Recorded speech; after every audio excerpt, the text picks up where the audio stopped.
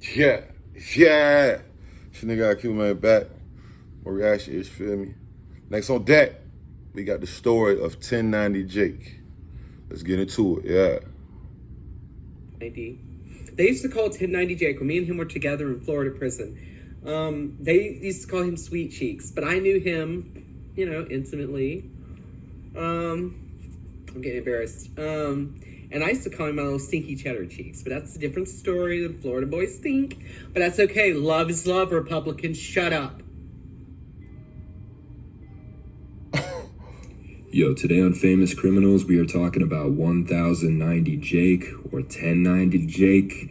I get a lot of comments asking me to do this guy. See, some people want to see clowns and some people want to see actual gang members.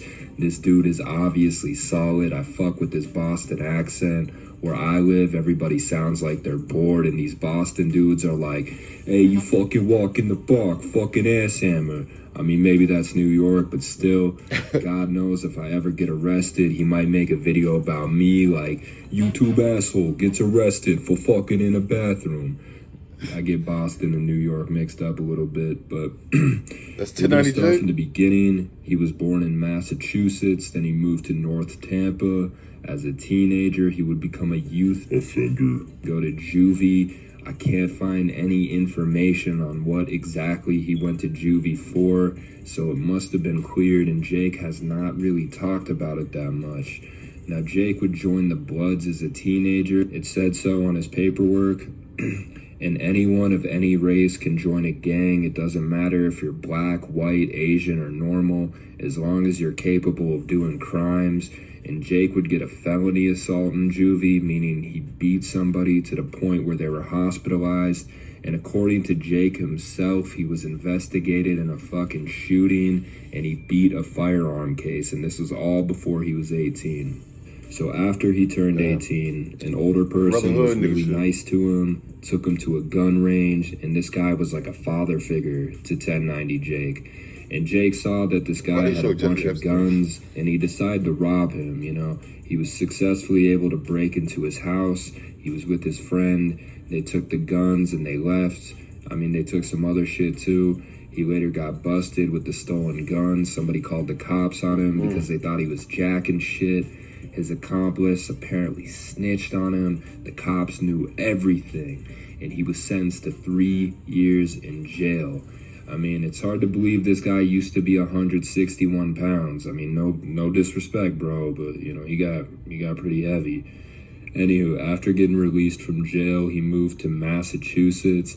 He got arrested again in 2016 for armed assault, but he was just given probation for 2.5 years.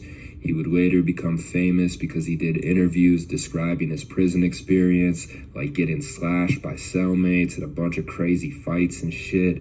Then he started his own fucking YouTube channel, and he currently has 400,000 fucking subscribers. Now let's get into his many beefs, and there's probably a few beefs that, I can't get to. But as we all know, Pino ran up on 1090 Jake. Pino was part of a rival gang, the Hoovers, and Pino ran up on him in Massachusetts, and he used brass knuckles to attack him, and they both talked shit about each other on social media afterwards. Many people believe that this was unfair. It was kind of like a cheap thing to do, to use a weapon in a fist fight.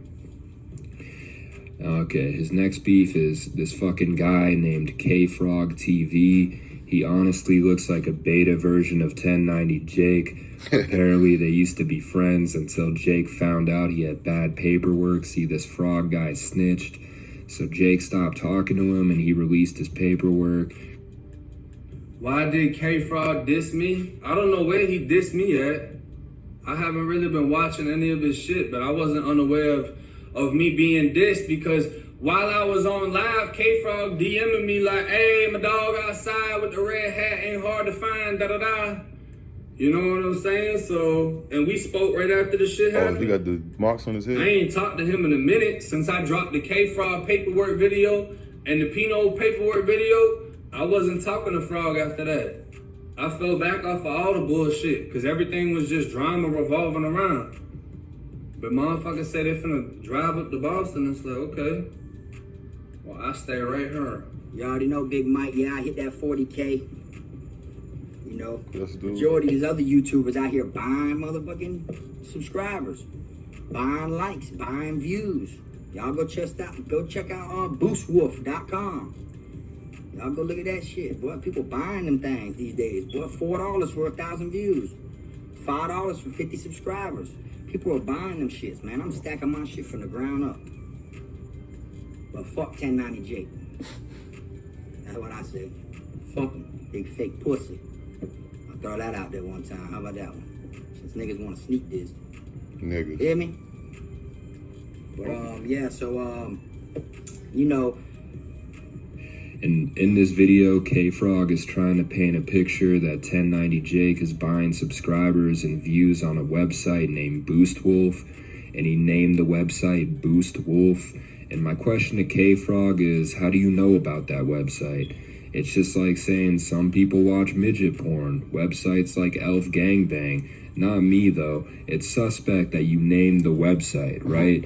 And by the way, I looked at this website and it says you have to pay $39,000 for 400,000 subscribers. There would be no financial motive. You just have to be an egomaniac with a ton of money, especially considering these are non-active accounts from India that won't comment or view your content. I'm getting a little sidetracked, but the point is that Jake is not bodying his account. His hype is real, and this K-Frog guy is a fucking idiot. His third beef is with this fucking guy named Indiana Mall J. He made like 5 videos about Jake, and let's see what they're about. Let's get right into it. Hopefully teach kids, you know, to stay away from this and learn from my lessons and, you know, street life ain't where it's at. But like I said, I'm gonna try to post that in this video. But yeah, I called him out before and he said some shit like he never said he would, you know, make a point. Since then, he's changed up. He's been doing the interviews, and you know, everybody watching his channel. You know, they know that he's changed it up now. He's like doing kind of like a true crime type thing, I guess you call it. Jesus fucking Christ, what a fucking bore fest. I hate people that can't get to the fucking point. I don't know what this dude's trying to say, and I don't really fucking care. People think I suck. Dude, this dude looks like Fred Durst, but with a weak jawline. Anyway, 1090 Jake is doing a good thing for YouTube content creators. He represents a culture that isn't always heard, and it's great that he has his own platform to express himself. It's refreshing to see someone succeed on YouTube that's not David Dobrik or Jake Paul, somebody that I can identify with and that makes interesting content. So keep doing your thing, bro. Okay. What was the story of 1090 Jake? I ain't know half this shit. I don't really follow bro like that. I've seen him before, but I never really. My nigga came up on some shit. You gotta just get it in. Just gotta do the hard work. You know what I mean? Y'all let me know what y'all think about that. Y'all fuck with him, or y'all know anything else about the little stories with the dude, the fake Fred Durst looking nigga and shit? Y'all let me know. Like, comment, subscribe. Yeah.